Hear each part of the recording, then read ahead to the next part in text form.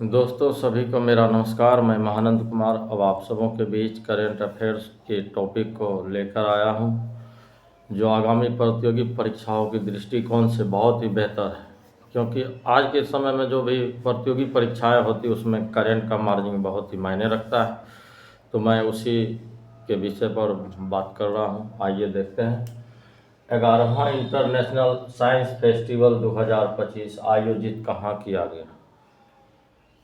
11वां international science festival 2025 कहाँ आयोजित किया गया? तो पंचकुला हरियाणा। पंचकुला हरियाणा है, जो पंजाब और हरियाणा की राजधानी चंडीगढ़ भी है। उसी दोनों राज्यों की राजधानी चंडीगढ़ है, उसी में एक हरियाणा है और हरियाणा में वो पंचकुला एक जगह है, ये है पंचकुला।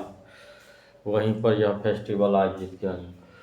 फ्रैंक गेहरी कौन थे जिनका 96 साल के बाद 96 साल की आयु में निधन हो गई?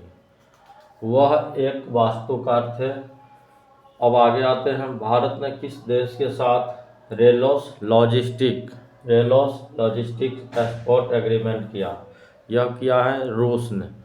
किसने किया? यह रूस ने किया है। अब आगे आते हैं। जेरूसलम मास्टर्स 2025 का खिताब किसने जीता? जेरूसलम 2025 का खिताब किसने जीता? तो ये जीता है अर्जुन एरिगेसी। किसने जीता है? अर्जुन एरिगेसी। आगे आते हैं। बौद्धि दिवस यानी बौद्धि दिवस तो जानते हैं लाइट ऑफ एशिया बौद्ध धर्म को कहता है, लेकिन उसी बौद्धि दिवस को कब मनाते हैं? बहुत ही इम्पोर्टेंट सवाल है ये। बौद्धि दिवस कब मनाया जाता है? वो है 8 दिसंबर।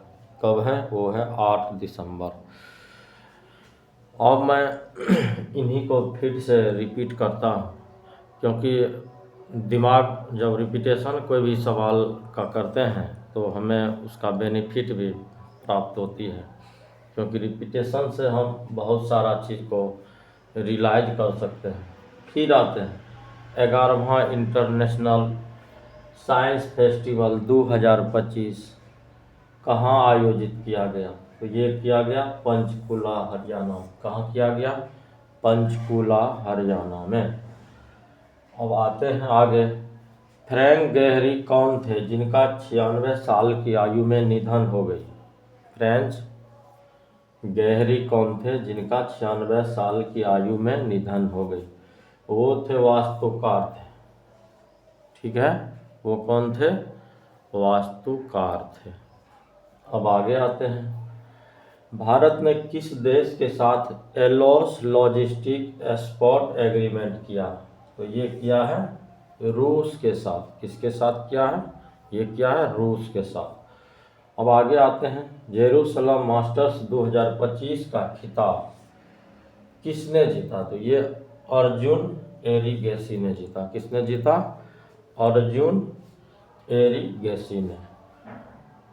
अब एक बहुत इम्पोर्टेंट सवाल है। बौद्धि दिवस, लाइट ऑफ एशिया जिसे हम कहते हैं, उन्हीं का दिवस कब मनाया जाता है? बौद्धि दिवस मनाया जाता है 8 दिसंबर को।